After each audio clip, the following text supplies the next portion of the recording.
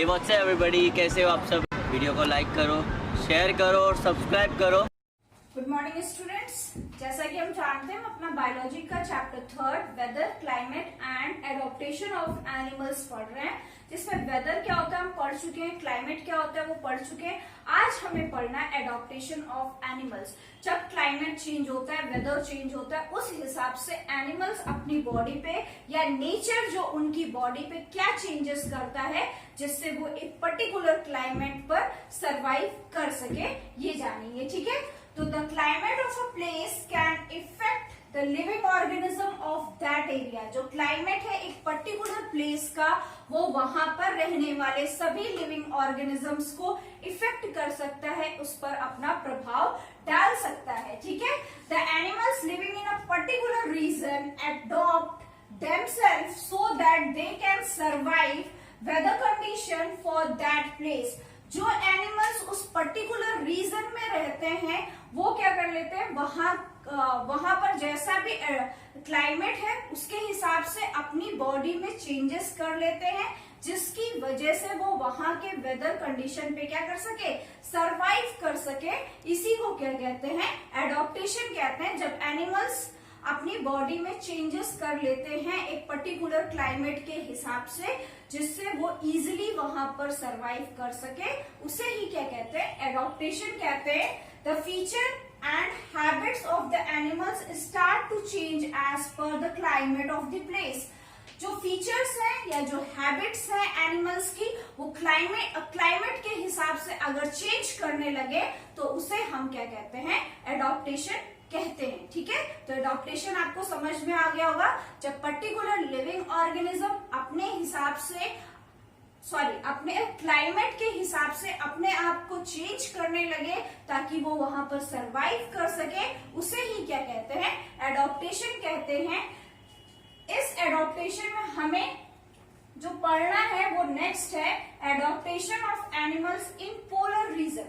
जो animals polar region में रहते हैं वो अपनी बॉडी पर क्या चेंज करते हैं, ये जानना है। पोलर रीजन मतलब कि नॉर्थ और साउथ पोल में जो सबसे ऊपर वाला 90 डिग्री के पास वाला जो एरिया है उसे पोलर रीजन कहते हैं। मतलब वहां पर सिर्फ क्या होती है, मैक्सिमम टाइम पे ठंड ही ठंड होती है, वहां का क्लाइमेट जो है वो बहुत ज्यादा ठंडा होता है। तो वहां पर जो एनिमल्स रहते हैं वो अपनी बॉडी में क्या चेंजेस करते हैं, आइए देखते हैं। ठीक है, it is marked by extreme climatic condition. ये क्या है, बहुत ज्यादा एक्सट्रीम क्लाइमेटिक कंडीशन है।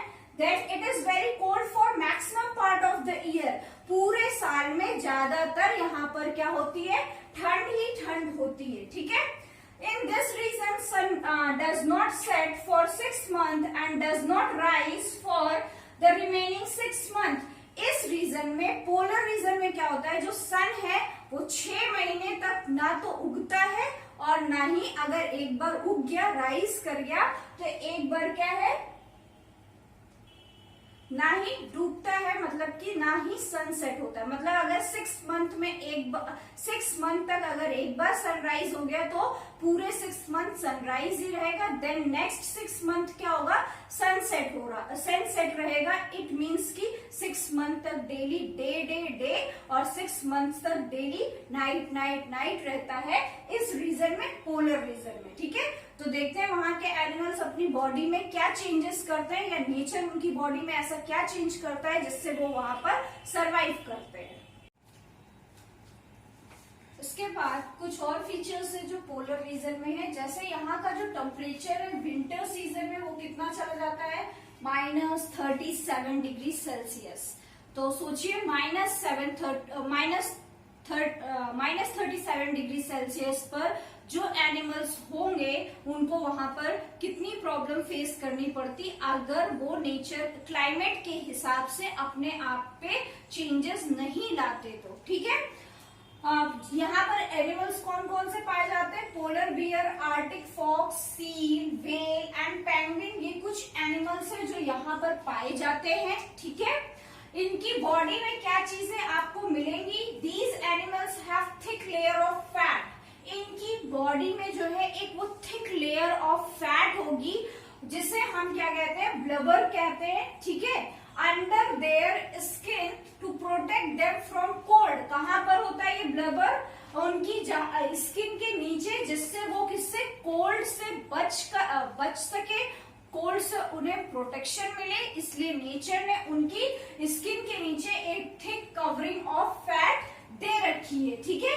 और जो बर्ड्स वहां पर पाई जाती हैं, वो जब वहां पर बहुत ज्यादा ठंडी होती है पोलर रीजन में इसलिए ठंडी होती है क्योंकि हम विंड से पढ़ते आ रहे हैं कि जो हमारी अर्थ है उस पर जो सन की लाइट है वो सभी जगह अनइक्वल अमाउंट में पाई जाती है, सभी जगह अलग अलग पाई जाती है, जिसकी वजह से हमने पढ़ा है कि जो सबसे ज्यादा लाइट है वो कहाँ पर, इक्वेटर में पाई जाती है, सनलाइट मिलती है, और सबसे कम कहाँ, नॉर्थ पोल और साउथ पोल पर लाइट पहुंचती है सन की।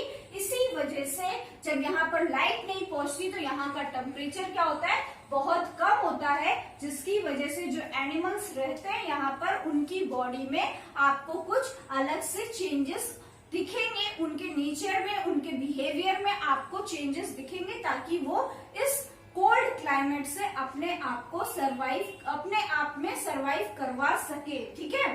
जैसे जो बर्ड्स वहां पाई जाती हैं वो क्या करती हैं, जब बहुत ज्यादा ठंड होती है तो माइग्रेट कर जाती है, वहां से दूसरी प्लेस पर चली जाती है, ऐसी प्लेस पर जहां पर वहां के कंपैरिजन में थोड़ी सी क्या हो, ठंड कम हो। जैसे कि आपने देखा संगम टाइम में बहुत सारे साइबेरियन पक्षी आ जाते हैं, वो इसीलिए आ जाते हैं क्योंकि वहां पर बहुत ज्यादा ठंड होती है और वो ट्रेवल करके एक ऐसी जगह पर आ जाते हैं जहां पर उन्हें थोड़ी कम ठंड लगे और वो इजिली सरवाइव कर सके। और जैसे ही यहाँ गर्मियां बढ़ती हैं वो क्या कर जाती हैं, फिर से ट्रेवल करके अपने ओरिजिनल प्लेस पर चली जाती हैं, ठीक है। तो ये कुछ फीचर्स है जो एनिमल अपने को सरवाइव करने के लिए पोलर रीजन में करते हैं। Then next, adaptation in tropical rain forest. Next कौन सा है, tropical rain forest. Tropical rain forest में क्या होता है, देखिए ट्रॉपिकल रेन फॉरेस्ट जो है, the tropical region on the earth are the region which is closer to the equator. ये क्या है, इक्वेटर के बहुत क्लोज है, जिसकी वजह से यहाँ पर सनलाइट क्या है, बहुत ज्यादा मैक्सिमम अमाउंट में जाती है, पूरे ईयर, होल ईयर यहाँ पे अच्छी खासी सनलाइट मिलती है, ठीक है। जैसा कि मैंने पहले ही बोला था कि ट्रॉपिकल रेन फॉरेस्ट में बहुत ज्यादा अमाउंट में सनलाइट पाई जाती है, जिसकी वजह से यहाँ पर वेजिटेशन और एनिमल्स भी बहुत ज्यादा पाए जाते हैं, ठीक है। यहाँ पर जो ट्रीज हैं वो भी बहुत ज्यादा पाए जाते हैं और जो एनिमल्स हैं वो भी बहुत ज्यादा पाए जाते हैं, ठीक है। यहाँ पर जो डे और नाइट का लेंथ है वो क्या है, इक्वल है, ठीक है। नेक्स्ट हम पढ़ रहे हैं the temperature of the tropical forest region can be high as 40 degree Celsius. यहाँ का जो टेम्परेचर है वो ज्यादा से ज्यादा कितना, 40 डिग्री सेल्सियस जाता है, और and drop can until 15 degree Celsius, और ड्रॉप नीचे गिरकर कितना आता है, 15 डिग्री सेल्सियस के आसपास टेम्परेचर आ जाता है। मैक्सिमम आपको 40 डिग्री सेल्सियस मिलेगा, मिनिमम कितना मिलेगा, 15 डिग्री सेल्सियस मिलेगा, ठीक है। The tropical rain forest are the home to a high variety of vegetation and animals. ये ट्रॉपिकल जो रेन फॉरेस्ट है, यहाँ पर बहुत सारी वेजिटेशन एंड एनिमल्स की वैरायटी आपको मिलेंगी, ठीक है। Due to large habitation, the animals often compete for food in this region. क्योंकि एनिमल्स बहुत ज्यादा है, जिसकी वजह से उन एनिमल्स पे क्या हो जाता है, फूड के लिए ही कंपटीशन हो जाता है। जब एनिमल्स बहुत ज्यादा होंगे तो फूड के लिए क्या हो जाएगा, कंपटीशन हो जाएगा। तो ट्रॉपिकल रेन फॉरेस्ट एक ऐसा हैबिटेट है जहां पर एनिमल्स के बीच में कंपटीशन हो जाता है, वो compete करते हैं एक दूसरे से, किसके लिए, फूड के लिए, ठीक है। The colour of these animals is generally similar to that of the surrounding. यहाँ पर जो एनिमल्स पाए जाते हैं उनका जो कलर होता है वो सराउंडिंग के ही सिमिलर होता है, जैसा आसपास कलर नेचर में अवेलेबल है वैसा ही एनिमल का होगा, उससे क्या होता है वो इजीली छुप कर किसी भी प्रे यानी कि अपने फूड, यहाँ पर प्रे जो है वो मतलब कि फूड, अगर कोई एनिमल जो कार्निवोरस है वो कहीं पर भी सराउंडिंग में छुप जाएगा क्योंकि उसका कलर और सराउंडिंग का कलर सिमिलर है, जिसकी वजह से वो इजीली अपने फूड को कैच कर पाएगा, अपने फूड तक जा सकता है। ठीक है, और ये जो इनका कलर है ये इनको क्या करता है, प्रोटेक्ट करता है। जब कोई इन्हें नुकसान पहुंचता है तो ये सराउंडिंग के कलर में ही अपने आप को चेंज कर लेते हैं, जिसकी वजह से इनका प्रोटेक्शन भी हो जाता है। ठीक है, ये जो ट्रॉपिकल रेन फॉरेस्ट है उसमें फॉरेस्ट को 4 पार्ट्स में डिवाइड किया गया है, यानी कह सकते हैं एक आपके पास फॉरेस्ट है उसमें उसको लेयर वाइज डिवाइड किया गया है कि कौन सी लेयर को क्या कहते हैं। ठीक है, तो पहली जो लेयर है वो है क्या, इमर्जेंट लेयर। इस लेयर में क्या होता है, टॉप मोस्ट लेयर है किसी भी फॉरेस्ट की जिसमें प्लांट्स होते हैं, तो वो एकदम टॉप मोस्ट सबसे ऊपर वाली लेयर है। ठीक है, इसे सबसे ऊपर वाली लेयर कहते हैं।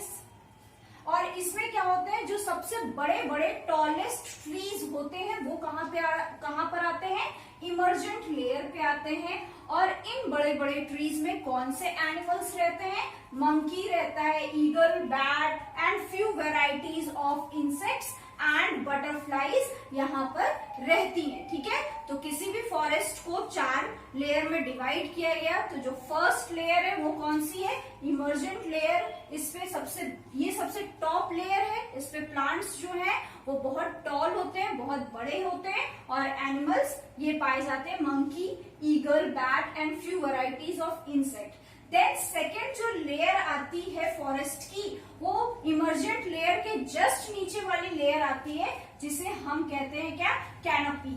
ठीक है, नेक्स्ट लेयर जो है वो क्या है, कैनोपी।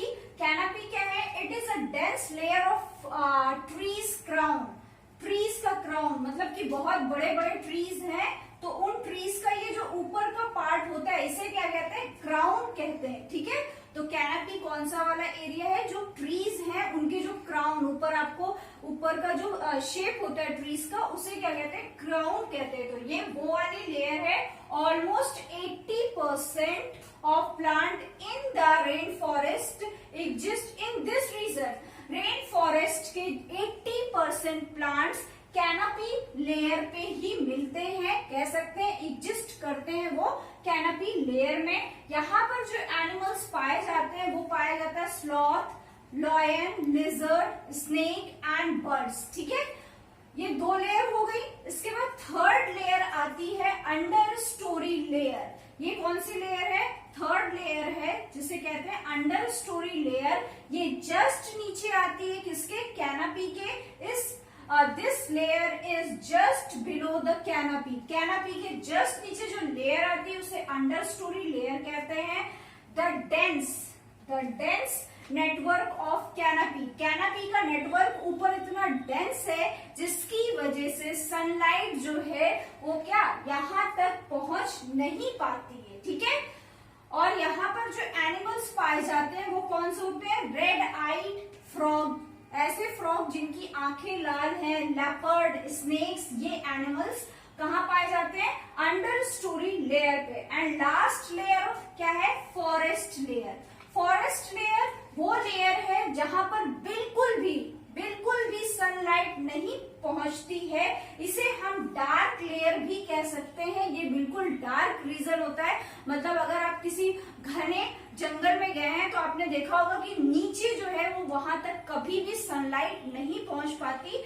वो कौन सी लेयर होती है, फॉरेस्ट लेयर होती है। ठीक है, यहाँ पर कोई वेजिटेशन नहीं होता है, क्यों, जब सनलाइट नहीं है तो कोई वेजिटेशन नहीं होगा।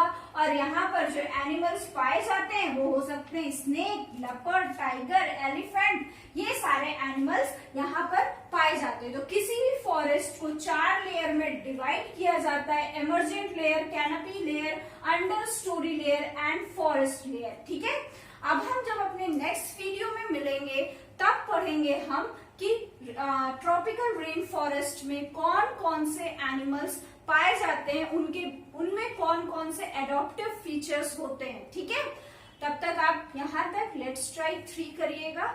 और अगर चीजें आपको कंफर्म नहीं हुई है, कोई भी क्या कहते हैं कंफ्यूजन है, देन आप व्हाट्सएप ग्रुप में वीडियो के बाद आप पूछ सकते हैं। अब हम मिलेंगे अपने नेक्स्ट वीडियो में, तब पढ़ेंगे डेजर्ट ट्रॉपिकल रेन फॉरेस्ट के एनिमल्स को और देखेंगे कि डेजर्ट में कैसा एडॉप्टेशन होता है।